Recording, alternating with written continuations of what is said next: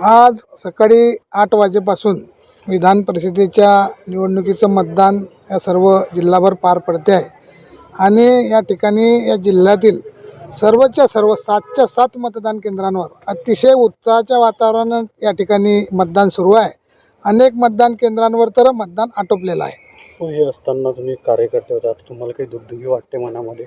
मला कुठलीच दुगदुगी आधी नव्हती, आताही कुठलीच दुगदुगी नाही। कारण आपण बघतोय की महायुतीचे सर्व नेते असतील, सर्व मतदार असतील, हे भक्कमपणे माझ्या पाठीशी उभे आहे आणि त्याचबरोबर इतरही मतदार बंधूंनी मला खूप खूप भरभरून प्रतिसाद या ठिकाणी दिलेला आहे। हो, बंडखोरीचा कुठेतरी फायदा होईल। अनिल चौधरी असोत किंवा रेश्मा काळे असो यांनी माघार घेतलेली आहे, तुम्हाला फायदा होईल असं वाटतं?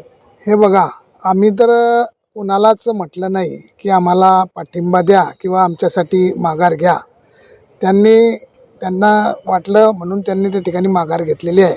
आधी महायुती आमच्यासोबत भक्कमपणे उभी होती आणि एक संघ असलेल्या महायुतीत या ठिकाणी आमचे नेते आदरणीय गिरीश भाऊ असतील, गुलाबरावजी पाटील असतील, आदरणीय रक्षाताई, या ठिकाणी संजयजी सावकारे व सर्वच आमदार महायुतीचे यांनी अतिशय मेहनत घेऊन या ठिकाणी महायुती भक्कम ठेवण्याचा प्रयत्न या ठिकाणी केला असल्यामुळे आम्हाला कुठलीही या ठिकाणी धाकधुकी किंवा भीती नव्हती। परंतु समोरच्यांनी त्या ठिकाणी पाठिंबा दिला, त्यांचे अभिनंदन करतो। ज्यांनी माघार घेतली त्यांनी माघार कशी घेतली ते काही मला या ठिकाणी सांगता येणार नाही। संपूर्ण राज्यभरामध्ये कसं असणार आहे भाजपची? संपूर्ण राज्यभरात या ठिकाणी महायुतीचेच उमेदवार विजय होणार आहेत। कारण आपणही बघतोय की संपूर्ण महाराष्ट्रभरात या ठिकाणी अतिशय चांगलं वातावरण या ठिकाणी महायुतीसाठी आहे। पण एकीकडे बघायला गेले तर शिंदे गटाचे जे कार्यकर्ता असतील, पदाधिकारी असतील, त्यांचीही ज्या ठिकाणी शिंदे गटाला जागा सोडण्यात आली होती त्या ठिकाणी भाजपचे उमेदवार देण्यात आलेले आहे। कुठेतरी शिंदे गटातील कार्यकर्ता व पदाधिकारी नाराज असल्याचं दिसून आलेलं आहे। असं आहे की भाजपाने कुठलाही पदाधिकारी किंवा उमेदवार दिलेला नाही।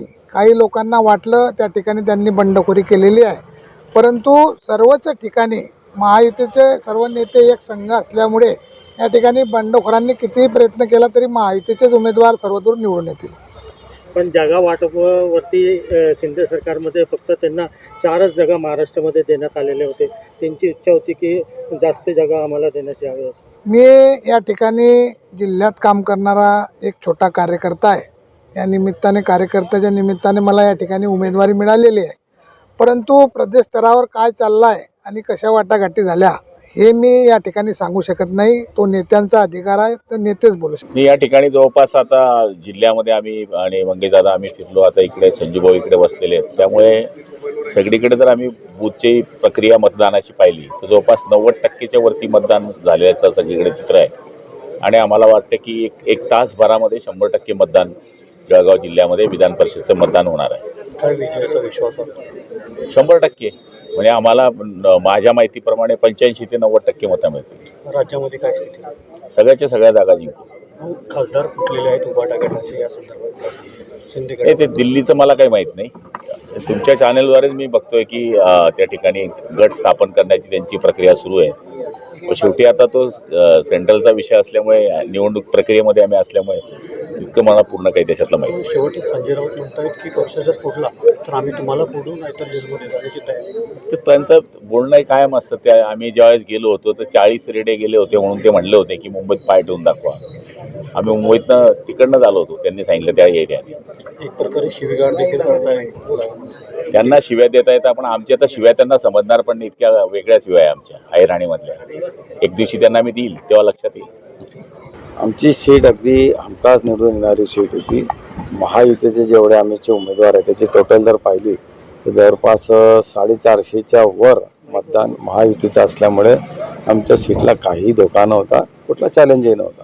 त्याच्यामुळे त्याच्यात काही प्रश्नच नव्हता की परत पणाला लागले की काय। महायुती म्हणून आम्ही सगळे एकत्र होतो आणि आमची सीट येणारच होती, येईलच। उत्तर महाराष्ट्रामध्ये काय स्थिती राहील? संपूर्ण उत्तर महाराष्ट्रामध्ये महायुतीचे उमेदवार विजयी होते।